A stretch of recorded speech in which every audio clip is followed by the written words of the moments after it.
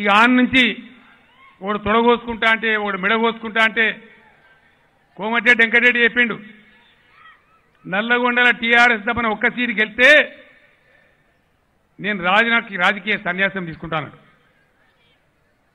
ఉత్తమ్ కుమార్ రెడ్డి చెప్పిండు, ఆయన 2 డైలాగులు చెప్పిండు. కాంగ్రెస్ అధికారంకి వచ్చేదాకా నేను గడ్డమెత్తి అన్నాడు.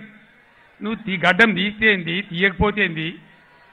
గడ్డం తీయకపోతే నువ్వే గుడ్డేలు కూడా ఉంటావు. మాకేం బాధ, ప్రజలకేం బాధ నాకు అర్థం కాదు. ఎవడు కోరండి పోయి నువ్వు గడ్డం తీస్తే ప్రజలకేంది?